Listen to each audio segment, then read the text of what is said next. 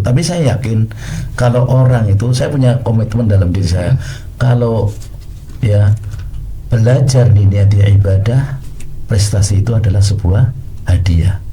Jadi kalau kita niat ibadah, otomatis kan kita belajarnya semangat, kita persiapan semangat, murojaah semangat, ngulang semangat. Nanti kita walaupun nggak mencari nilai, nilai kita itu akan sebuah hadiah buat kita.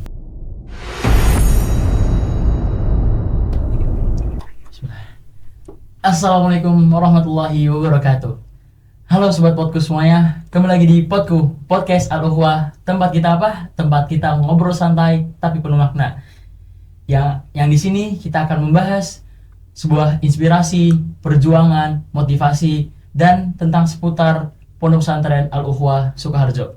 Hari ini kita akan berbeda dari episode sebelumnya. Hari ini kita akan membahas sebuah perjalanan seorang ustadz yang beliau menempuh pendidikan, awalnya menempuh pendidikan di ilmu dunia, kemudian ke ilmu agama. Dan beliau masuk juga di salah satu kampus di Jember, yaitu STDI Imam Syafi'i. Sobat Podku penasaran bagaimana perjalanan beliau ketika kuliah, ketika menempuh pendidikan di awal-awal? Langsung aja kita sapa beliau, Al-Ustadz Ja'far Partoyo Hafizahullah Ta'ala. Assalamualaikum Ustadz, bagaimana kabarnya? Waalaikumsalam warahmatullahi wabarakatuh. Alhamdulillah bi khair. Alhamdulillah.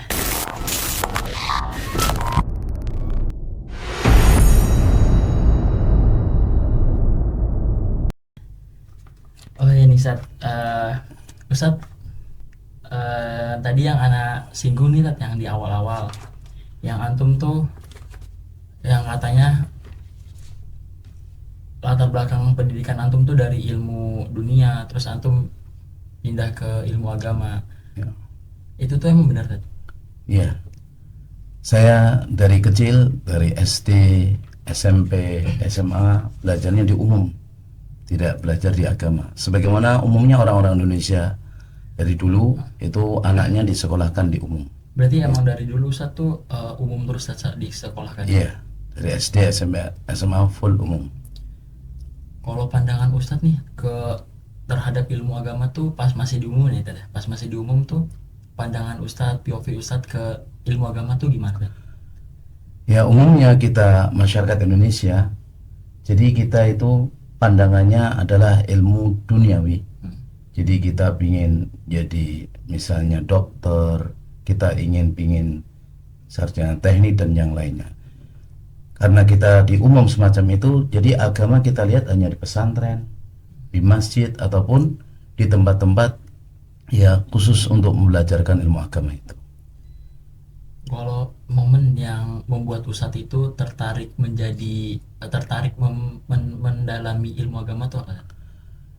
Waktu saya setelah lulus SMA itu dan saya kerja, saya melihat itu ikut di salah satu waktu khutbah Jumat itu, saya memperhatikan ada seorang khatib, dia setiap kali menyampaikan sebuah kalimat itu ada dalilnya dari Al-Quran maupun hadis Nabi.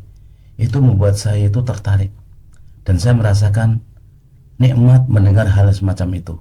Ini awal kali saya ingin mempelajari atau mendalami ilmu agama tersebut. Berarti dari awal yang cuma khutbah, terus Ustadz akhirnya bener-bener kayak terkesan banget sama khutbahnya. Ya, di samping itu juga dulu kan saya ingin sekolah teknik ya, saya daftar teknik kimia di Undip, demikian juga MIPA di UNES itu. Sebenarnya ya ada kabar yang mengembirakan untuk diterima, tapi saya memutuskan kalau saya belajar ilmu agama itu yang saya ajari nanti bukan hanya anak SMP SMA atau dosennya, bahkan mungkin rektornya. Tapi kalau saya belajarnya hanya ilmu dunia, paling mentok hanya mempelajari orang-orang yang di bawah. Itu yang membuat memotivasi ya saya untuk belajar ilmu agama. Masya Allah, berarti dulu Ustadz udah keterima di Undip, terus keterima di UNES juga, tapi Ustadz malah milih di ilmu agama. Iya, saya memilih ilmu agama karena saya melihat juga ya banyak asatidah kita itu mereka meninggalkan ilmu-ilmu duniawi untuk belajar ilmu agama dan Allah berikan kemuliaan di situ. Masya Allah. Pasti kan Ustadz memiliki tantangan terbesar nih di awal-awal belajar ilmu agama. Tantangan terbesar Ustadz itu apa awal-awal itu?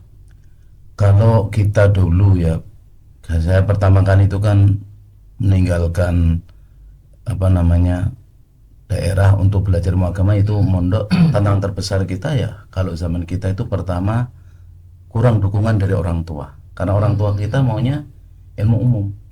Yang kedua tidak ada biaya, itu tantangan terbesar juga. Dan yang ketiga juga di antara tantangan, karena tidak ada dukungan, tidak ada biaya, otomatis kita kurang bekal, ya bekal persiapan dalam materi, persiapan dalam mental dan yang lainnya. Itu awal-awal ya, awal belajar. Berarti Ustadz itu dari segi ekonomi sama segi kurang dukungan dari orang tuanya. Itu rata-rata kita seperti itu. Karena sebagian teman kita yang dia pun mampu, karena orang tua tidak mendukung, karena kita ini namanya anak-anak, semampu apapun kan kita mengandalkan banyak ke orang tua waktu itu. Betul. Kalau proses adaptasi Ustadz itu di awal-awal tuh gimana tuh? Kan awalnya dulu saya belajar di pesantren ya. Saya masuk ke pesantren itu diberikan beberapa soal itu nggak lulus sebenarnya. Karena soalnya yang bisa saya jawab namanya siapa, asal dari mana, kemudian tahu pondok ini dari siapa. Adapun pertanyaan tentang hadis, tentang ayat, tentang macam-macam kaidah, ya blank, nggak tahu, karena kita memang full umum nggak ada yang tahu semacam itu. Oh ya, kalau boleh tahu itu di pesantren mana?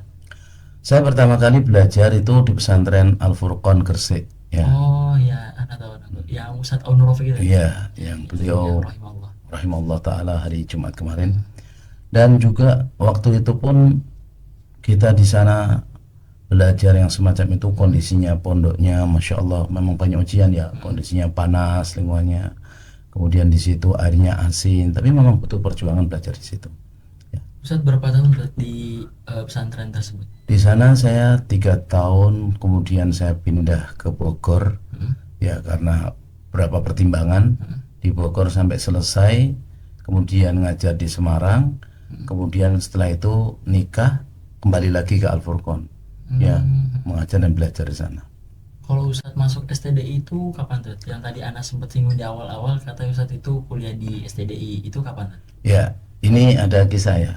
Saya tuh dulu pingin sekali kan mendapat S1 baik di Undip ataupun di UNES atau di universitas yang lain, tapi nggak jadi karena ada keinginan untuk belajar agama. Orang tua sebenarnya kecewa, tapi saya yakin kalau kita ini meninggalkan sesuatu karena Allah, Allah pasti ganti. Nah di situ setelah saya selesai di Al Furqon yang kedua kali, kemudian saya ingin keluar, maksudnya saya ingin kembali ke Jawa Tengah atau melanjutkan atau apa itu, awalnya tidak boleh dari pihak pondok. Kemudian saya minta bilang ke Ustadz Abu Beda, ke Ustadz Ahmad Sapi waktu itu, Ustadz saya ingin lanjutkan belajar lagi. Beliau sarankan kalau di Libya itu kan panjang waktunya, kalau di STDI ya mungkin nggak masalah, nggak apa-apa di STDI. Ternyata di STDI baru 1 semester dihubungi sama Ustadz Abu Beda, kapan kembali lagi ke Al Furqon. Itu ya, alhamdulillah ya itu berjalan ya, berjalan sampai kalau tidak salah ya 6 semester itu saya sudah mulai ngajar di edatnya. Jadi STDI ya di STDI saya baru di semester 6 masuk semester 7 sudah membantu ngajar di sana. Berarti antum disuruh ngajar di sana? Iya, bantu ngajar di sana. Oh ya, tadi yang Ustadz singgung tuh, yang Ustadz setelah dari setelah dari Al Furqon terus antum ke Bogor, terus antum ke Semarang, antum ngajar itu ngajar di mana tuh? Ngajar di Pondok Pesantren Nurusunah di Semarang. Oh, Nurusunah ya, anak tahu. Berarti setelah dari Nurusunah itu antum balik ke Al Furqon lagi? Ya, setelah nikah ya kita ingin ke Al Furqon lagi. Di sana alhamdulillah bisa ngajar, bisa belajar lagi sampai selesai. Masya Allah. Ustadz tadi udah menceritakan awal Ustadz masuk ke STDI. Pasti kan Ustadz pertama kali masuk lingkungan kampus itu gimana? Ya ini ya sesuatu perjuangan ya. Setelah saya di Al Furqon itu, dan saya sebenarnya sudah dikaruniai 3 anak. Yang kedua itu meninggal dunia. Kemudian saya setelah itu berangkat ke STDI dengan istri dan anak, hanya membawa sebagian sedikit dari kitab karena nggak bisa bawa semuanya. Kemudian membawa bekal. Di sana kita nggak tahu kita akan kerja apa, tinggal di mana, terus bagaimana, nggak ada bayangan. Tapi saya sudah berazam, Bismillah saya ingin untuk ilmu. Alhamdulillah di sana kita dengan membawa bekal apa adanya, kemudian kita berusaha di sana. Ya memang awal-awalnya itu berat sekali. Saya setelah membayar kontrakan, kemudian membayar ini dan itu, saya hanya membawa uang sedikit, dan itu saya belikan mungkin tepung atau gandum itu, kemudian gula dan yang lainnya untuk kita bikin kue. Ya di awal-awal semacam itu. Berarti dulu sangat berat ya Sat, di pertama kali masuk lingkungan kampus itu. Ya itu perjuangan ya, karena kita sudah bawa keluarga dan kita belum punya pekerjaan apa-apa waktu itu. Insya Allah banget. Perjuangan beliau teman-teman, yang di awal-awal lingkungan kampus itu beliau beli gandum, beli tepung, terus buat kue. Masya Allah perjuangan beliau. Kalau rutinitas antum di STD itu gimana belajar? Ya di awal-awal itu ya saya kan belum ada pekerjaan itu awalnya. Ya saya serabutan apa yang bisa saya kerjakan saya kerjakan. Yang terpenting pokoknya saya bisa belajar, ya bisa masuk tepat waktu. Kemudian ada yang bisa untuk nyambung kehidupan ibaratnya. Di awalnya itu tahun pertama memang merasa berat sekali, karena kita jualan itu belum tentu laku. Oh iya. Bisa jadi kita jualan satu hari ini tidak laku, 2 hari tidak laku, sampai sepekan tidak laku. Pas laku pun itu tidak sampai separuh. Itu memang perjuangan. Tapi alhamdulillah istri tidak pernah mengeluh, anak-anak juga tidak pernah rewel gitu ya. Tapi di tahun kedua istri mulai membantu ngajar di SD Imam Syafi'i. Saya mulai ada kerjaan suruh menjaga toko herbal dan yang lainnya. Ini perjuangan. Alhamdulillah walaupun kondisi semacam itu, saya itu hampir tidak pernah terlambat masuk kelas jam 7. Walaupun kita ini harus menyiapkan untuk anak, untuk istri, kita harus mengantar sekolah dulu. Tapi saya berusaha untuk tidak terlambat selama kuliah di STD itu. Berarti antum kuliah di STD itu udah full keluarga semua? Maksudnya dari istri antum, dari anak-anak antum udah pada sekolah semua? Ya anak-anak itu, anak sekolah. Ya anak sekolah di sana juga ya bayar, bukan gratis ya. Terus sekolahnya juga bayar. Ya ini perjuangan yang memang dibutuhkan. Kita tidak boleh untuk lemah seperti itu. Kita harus semangat, kita harus optimisme bahwasanya kita mampu. Memang di awal itu kalau makan jajan ibaratnya kita sangat-sangat minim. Bahkan dulu kalau waktu kita mondok pun kita berusaha bagaimana uang yang kecil ini bisa cukup untuk sehari. Sama juga di awal-awal di STD, perjuangan itu harus kita tempuh. Walaupun uang itu sedikit, walaupun uang itu kecil, tapi bagaimana kita ini cukup ya kita gunakan untuk makan dan kita nggak sampai untuk meminta-minta gitu. Kalau masa-masa sulit itu pas di STD itu apa? Ada beberapa kali masa sulit itu. Yang pertama ya saya ini ngontrak yang atasnya itu tidak ada yang namanya internet. Waktu itu ada gunung, salah satu gunung itu yang meletus itu, kemudian abunya banyak. Saya lihat anak saya itu penuh dengan pasir. Itu berat sekali. Ya terus kemudian kita nyari sesuatu untuk menutupi itu. Yaitu yang kedua, saya pernah kena tipes. Tipes itu hampir 2 pekan. Saya bilang sama istri saya, jangan kasih tahu siapa-siapa dan saya dirawat di rumah saja, nggak usah ke rumah sakit. Kalau memang Allah sembuhkan ya alhamdulillah, kalau tidak ya memang misalnya diambil oleh Allah, tidak terwafat ya sudah, nanti dikubur aja. Itu masa sulit juga. Tapi alhamdulillah ada salah satu dosen yang dia tahu, yang dengar kabar saya sakit itu langsung saya diberikan obat, ya berikan obat, alhamdulillah disembuhkan sama Allah. Terus yang ketiga itu masa sulit juga, istri saya kena DB, itu juga hampir 2 pekan. DB dia demam berdarah itu. Waktu itu punya anak yang namanya Aisyah itu yang masih bayi, mungkin 1 bulan umurnya. Alhamdulillah Allah mudahkan tidak rewel. Dan anak bilang sama istri, sabar ya saya bilang sabar. Ya di rumah itu kalau saya bilang ya kalau memang Allah sembuhkan ya nanti sembuh, kalau memang Allah ambil ya sudah, gimana lagi. Saya satu tidak ada ya biaya di situ, yang kedua nggak ingin membebani orang lain. Tapi alhamdulillah ada salah satu ikhwan yang jual herbal itu dengar istrinya katanya kena DP ya. Akhirnya saya bilang iya, dikasih madu dengan angka itu, alhamdulillah lambat laun 2 minggu itu atau 2 pekan itu Allah berikan kesembuhan. Berarti Ustadz benar-benar menghadapi kesulitan banget di awal-awal itu ya. Iya, memang kalau kita keluarga dan tidak memiliki ma'isyah yang lebih ya seperti itu. Kalau Ustadz tadi kan udah punya keluarga, juga Ustadz punya tanggungan buat anak-anak antum, Ustadz. Kalau Ustadz itu tetap biar konsisten itu tidak kehilangan semangat dalam menuntut ilmu tuh apa, Ustadz? Kayak motivasi antum itu. Ini untuk teman-teman sekalian, ya. Dan kita tahulah kalau kita baca kitab-kitab para ulama terutama tentang menuntut ilmu, kita ini kalau belajar usahakan untuk ikhlas. Meskipun kita nggak bisa mengatakan diri saya itu ikhlas. Kenapa? Karena ikhlas itu kunci kesuksesan dalam menuntut ilmu. Kemudian juga kalau kita sudah keluarga butuh pendamping yang dia itu benar-benar sabar, menerima kondisi apa adanya, kemudian tidak banyak menuntut, kemudian juga mendukung dalam kebaikan. Di situ alhamdulillah saya itu sejak dari pondok dulu semangat untuk mengajari adik-adik kelas. Ya di situ saya diberikan kemudahan oleh Allah untuk mengajari adik-adik kelas, memberikan semangat. Mau tidak mau kalau kita memberikan semangat, memberikan motivasi, kita pun termotivasi.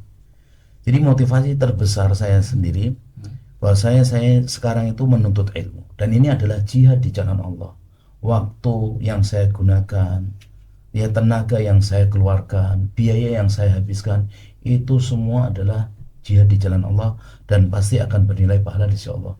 Itu yang membuat saya bersemangat untuk terus tidak terlambat, untuk terus memurojaah dan bersemangat dalam menuntut ilmu tersebut. Ya jangan sampai kita itu nuntut ilmu tujuannya untuk nilai, tujuannya untuk natijah. Biasanya kalau teman-teman yang semacam itu, dia itu kalau nilainya jelek dia akan lemas. Kalau nilai bagus kemudian semangat, dan itu bukan karena Allah, dan ini khawatir nanti kita di hadapan Allah ya akan bertanggung jawab dengan hal semacam itu. Ya.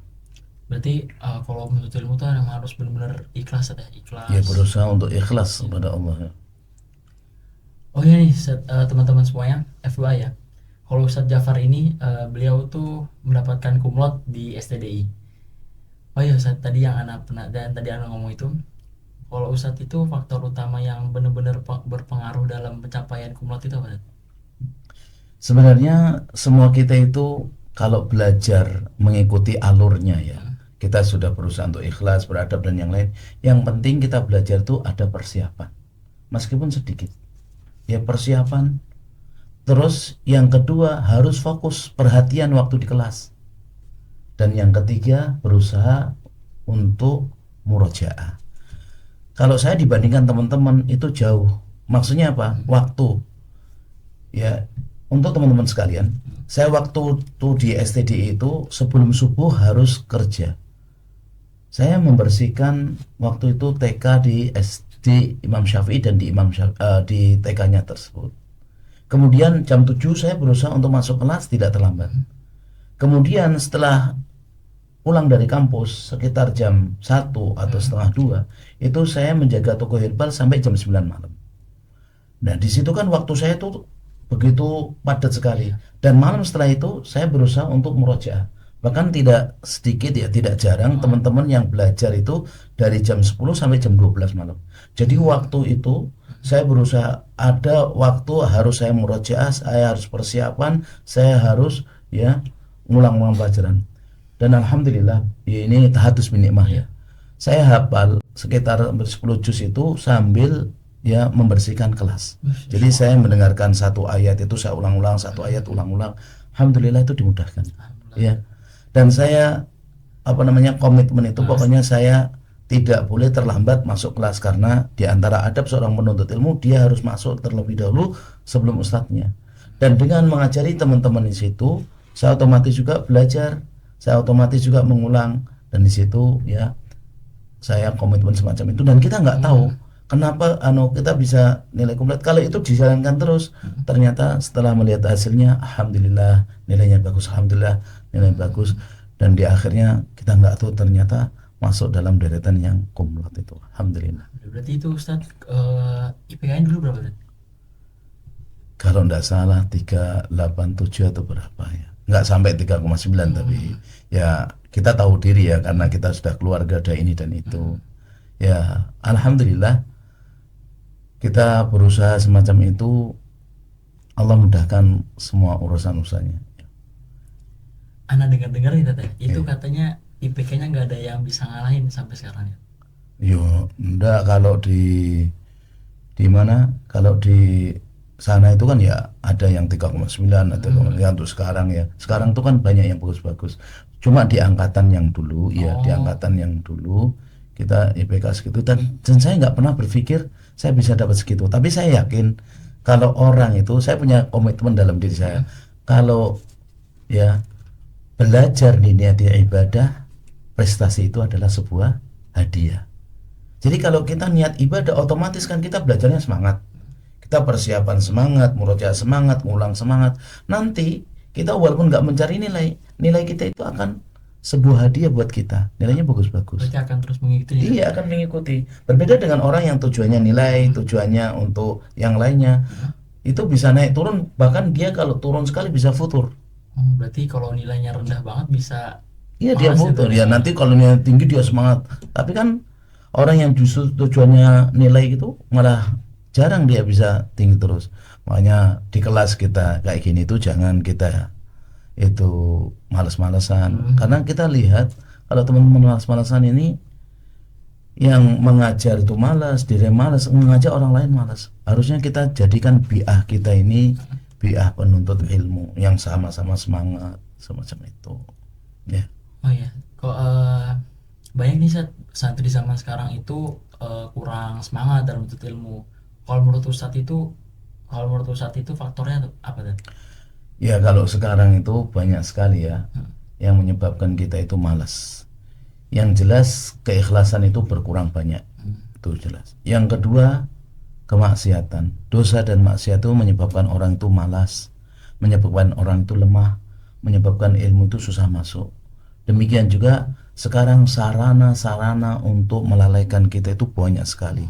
Ada HP, ada laptop dan ini. Saya waktu dulu belajar awal-awal di STD itu ibaratnya satu HP untuk berdua sama istri, dan tuh suruh megang istri. Saya banyak info itu tanya teman.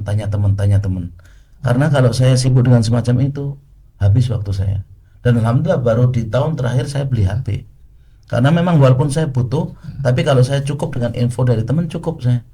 Orang sekarang itu sibuk dengan HP, terlena dengan HP, akhirnya scroll buang waktu. Artinya kemudian akhirnya dia melihat ini dan itu, habis waktu. Wah, yang semacam itu sangat sayang sekali. Padahal kita menuntut ilmu itu waktunya terbatas. Ilmu yang kita pelajari begitu luas.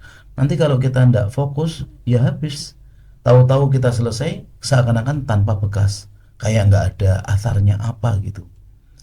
Ini penting bagi teman-teman sekalian. Ya, apa yang Allah berikan kepada kita seperti ya adanya internet, kemudian kita punya laptop, punya HP, kita gunakan ya yang manfaatnya sebaik mungkin. Kalau tidak, yo habis ya.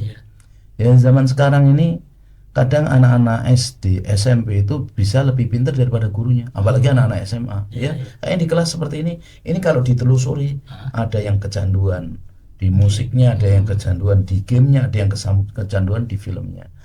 Ya, memang berat ya. Sekarang itu kan tantangan buat guru, tantangan buat murid. Kalau kita kembali sebagaimana dulu yang awal, kita berusaha sama-sama ikhlas, berusaha sama-sama kita menghilangkan kebodohan dari diri dan orang lain, insya Allah itu akan menumbuhkan semangat lagi. Ya. Kalau santri kan di pondok nih Teh, itu kan nggak ada gadget, nggak ada elektronik, itu kok tetap bisa malas, itu kenapa Teh? Iya. Namanya orang maksiat itu kan bukan hanya di pondok. Ya, di pondok itu males itu ya bisa karena memang bawaan dia, bisa karena dengan temennya, bisa juga karena asar dari permainan dia di rumah. Dan nggak sedikit ya, pondok itu sudah menerapkan aturan yang begitu bagusnya, santri tetap menyembunyikan. Ya, ada yang dititipkan temennya, dititipkan orang lain, ada dengan berbagai macam cara.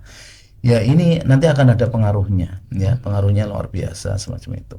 Berarti emang maksiat itu dimanapun pasti bakalan kelakuan ya Teh. Iya.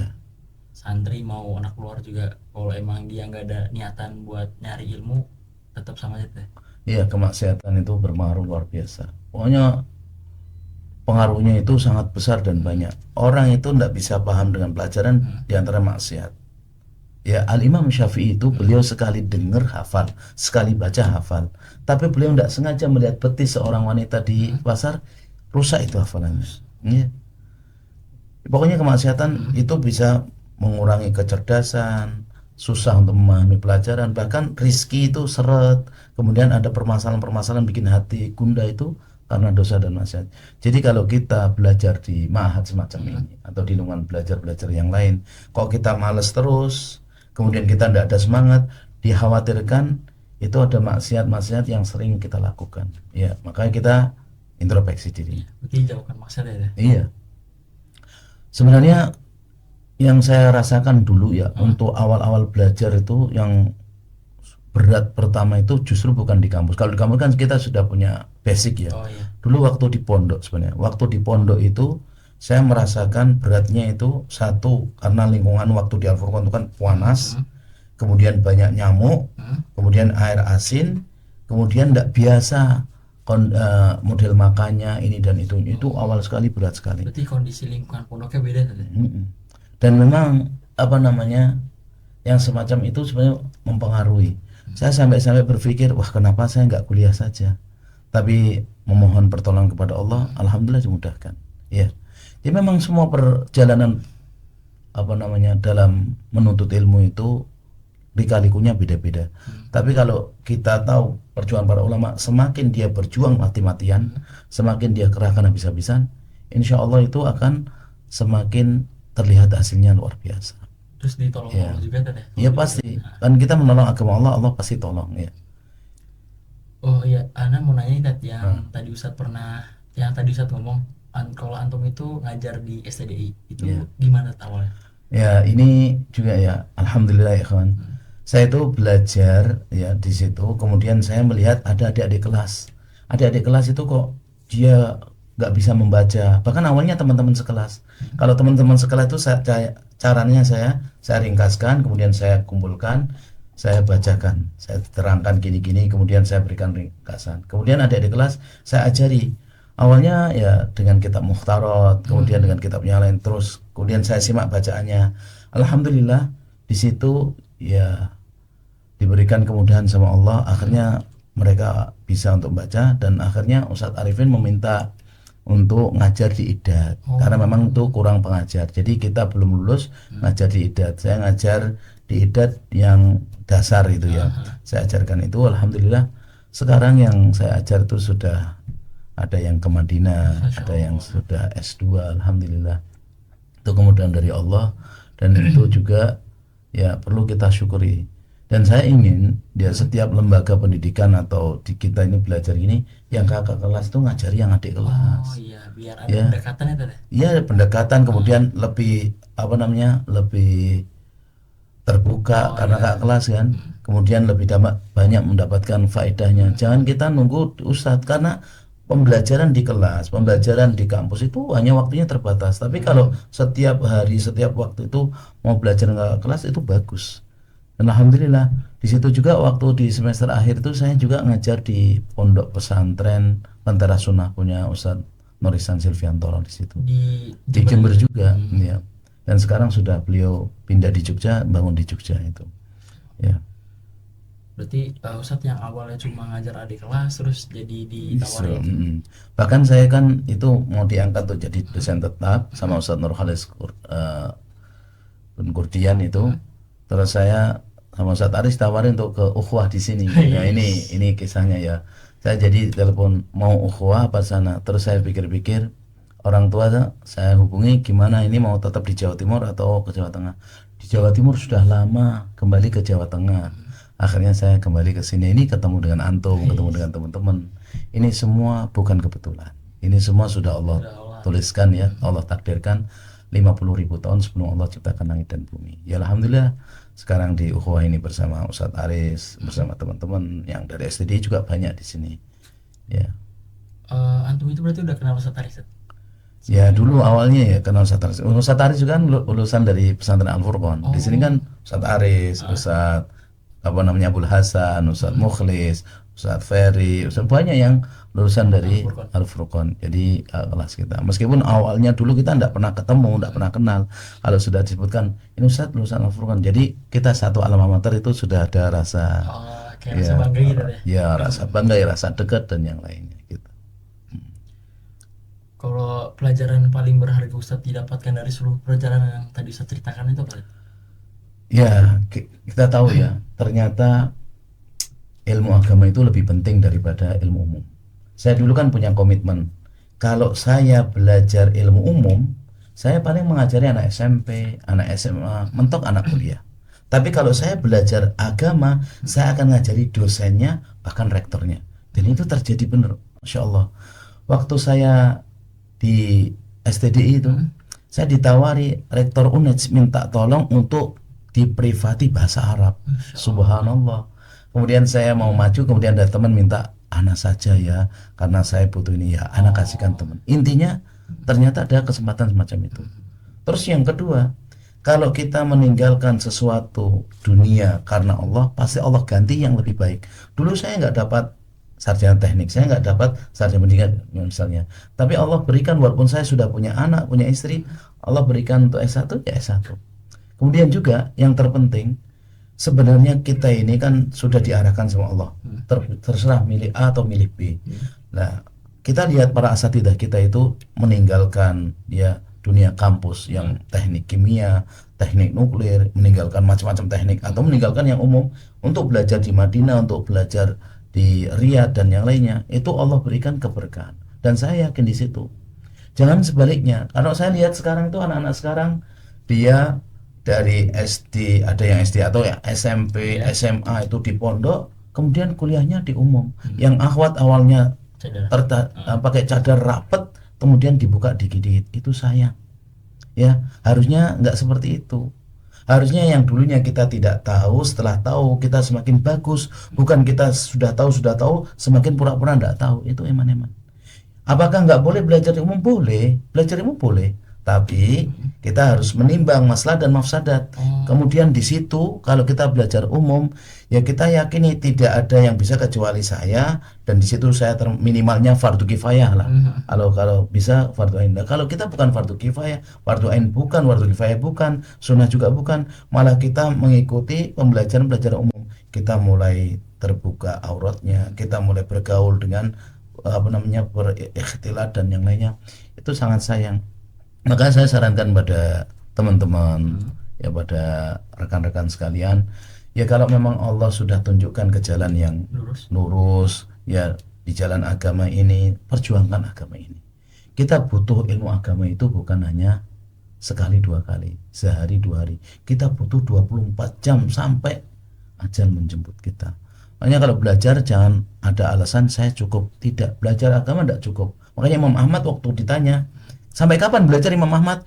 Minal mahdi ilal lahdi, dari gendongan sampai lahat, atau dalam riwayat minal yang tinta itu minal makhbaroh ilal makbaroh, dari tinta, dari tempat tinta itu sampai di kuburan. Itu belajar ilmu agama.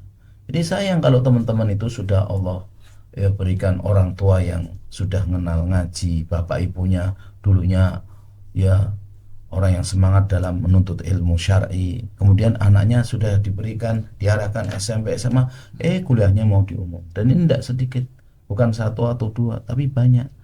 Dan lebih-lebih lagi nanti kalau dia mau menikah, mencari orang yang awam, yang tidak tahu ilmu agama, akhirnya ya terjadi apa yang terjadi. Ya memang hidayah di tangan Allah, tapi setidaknya kita ya megang hidayah tersebut. Kita cari hidayah tersebut supaya Allah Subhanahu wa taala memberikan ya terus keistiqomahan kita dalam menempuh agama ini. Iya. Berarti emang nggak ada habisnya belajar ilmu agama? Ya nggak ada habisnya. Coba sekarang siapa di antara kita? Coba Mas Khalid, kitab yang di maktabah berapa jilid yang sudah diselesaikan? Ya, karena belajar agama itu bukan hanya menghafal, bukan hanya sekedar membaca. Lah kita hafal enggak, membaca enggak terus, berarti kurang banyak. Harus ada yang dihafal, ada yang dibaca, kemudian harus diteliti, kemudian ini itu banyak sekali. Ilmu agama itu luas sekali. Wong belajar fikih aja, rata-rata di pondok itu siapa yang selesai dari awal sampai akhir? Dikit. Ya, dikit sekali. Kalau nggak kitabnya tipis nggak selesai. Belajar ilmu apa itu selesaikan. Nah, makanya belajar ilmu agama itu nggak ada namanya habis yang nggak selesai sampai meninggal dunia. Kalau pesan ini kan udah sampai di segmen akhir nih kita. Iya. Ustadz ada pesan nggak lihat buat pendengar, buat sobat-sobat podku semuanya yang emang dia tuh masih di awal, masih berjuang buat menuntut ilmu? Ya, untuk teman-teman sekalian, kalau kita awal-awal menuntut ilmu, saya sarankan pertama ya ikhlas karena Allah. Terus yang kedua, menuntut ilmu itu bertahap dari yang paling dasar. Yang ketiga, dia harus bersabar untuk naik ke jenjang berikutnya. Jangan dia buru-buru. Jangan dia ini jadi orang itu yang tidak sabaran. Jangan. Semua kita, mau kita belajar di pesantren, mau belajar di kampus atau dimanapun, itu harus dia tahap bertahap ya, step by step. Kemudian dia harus sabar. Kemudian juga tidak usah ada rasa malu bagi yang sudah tua atau yang tidak paham-paham. Dan jangan pernah ada rasa ujub atau rasa kiber sombong bagi yang dimudahkan oleh Allah. Karena yang belum bisa itu harus husnudon. Mungkin Allah ingin aku berlama-lama dengan Al-Quran, makanya belum hafal Al-Quran. Mungkin Allah ingin aku lebih berlama-lama dalam menuntut ilmu. Nah itu husnudon gitu. Bagi yang dimudahkan, oh Allah ingin aku segera menyelesaikan banyak ilmu ini supaya aku bisa menyampaikan ke masyarakat, supaya aku bisa mendakwahkan Islam ini. Ya husnudon itu macam itu. Ya, yang terpenting juga cari ya circle, lingkungan, cari teman yang benar baik. Kalau saya dulu gini kalau belajar, kalau kita ini punya 5 teman misalnya, ada satu teman itu Al-Qurannya bagus, kita setoran Al-Quran, baca Al-Quran sama teman yang ini. Oh iya iya. Kalau ini teman ini pinter dalam masalah hadis, hafalan, kita setoran hadisnya di sini. Teman ini pinternya baca kitab, menerjemahkan, berarti baca kitab sama ini. Jadi kita misalnya hari ini Senin, Selasa, Rabu, Kamis, kita setiap hari semangat dan mereka semangat juga dengan kita. Jangan kita keliru, kita misalnya pokoknya makan sama dia, main sama dia, belajar sama dia. Ternyata dia kalau makan fair ngasih, tapi ternyata waktu dia belajar malas, bahwa kita nanti nggak akan bisa terpengaruh. Jadi malas juga tadi. Iya, jadi malas. Jadi milih berteman semacam itu. Milih teman yang Itu. baik. Milih teman yang baik itu penting sekali. Karena kalau kita semangat, teman kita nggak mendukung, apalagi nggak usah belajar, belajar nanti aja bisa. Akhirnya apa? Ya udah belajar. Iya. Ini banyak. Nggak belajar. Iya. Kemudian juga mungkin ada teman kita itu kalau dia baca nggak bisa, setoran nggak bisa, tapi akhlaknya bagus, murah senyum, suka bantu, berarti kita ambil faedahnya di situ. Ambil akhlak yang baik itu. Iya, ambil akhlaknya di situ. Sama juga dengan kita belajar kan banyak asatidah. Ini ada asatidah itu kalau nerangkan bagus, tapi kok ternyata dia suka terlambat, kita ambil cara nerangkannya, jangan ambil terlambatnya. Kalau ada orang saya ambil terlambatnya, kalau ambil terlambatnya ya rusak. Ada ustadz yang dia nggak pernah terlambat, terus dia nerangkannya juga bagus, tapi ternyata ustadz ini gampang marah, galak, suka mukul, ya nggak usah diambil galaknya itu. Ya memang ini butuh jadi kepekaan, perhatian buat kita semuanya. Ya, yang lebih penting kita semua ini dalam menuntut ilmu, berjuang bahasanya kita ini menegakkan agama Allah. Ya, kita menghilangkan kebodohan dari diri dan orang lain untuk ilmu.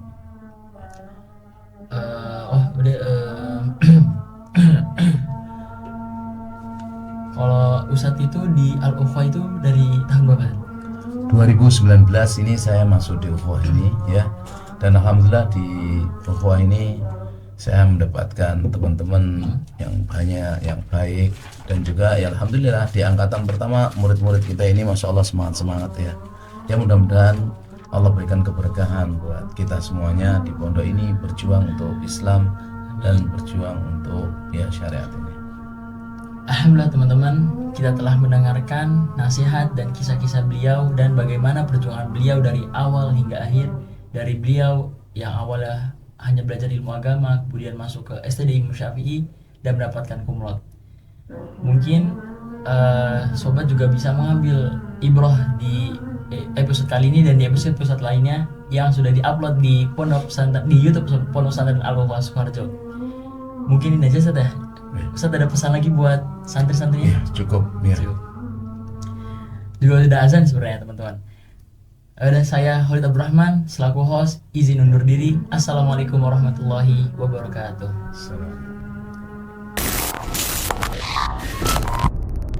Tapi saya yakin kalau orang itu, saya punya komitmen dalam diri saya, kalau ya belajar niat ibadah, prestasi itu adalah sebuah hadiah.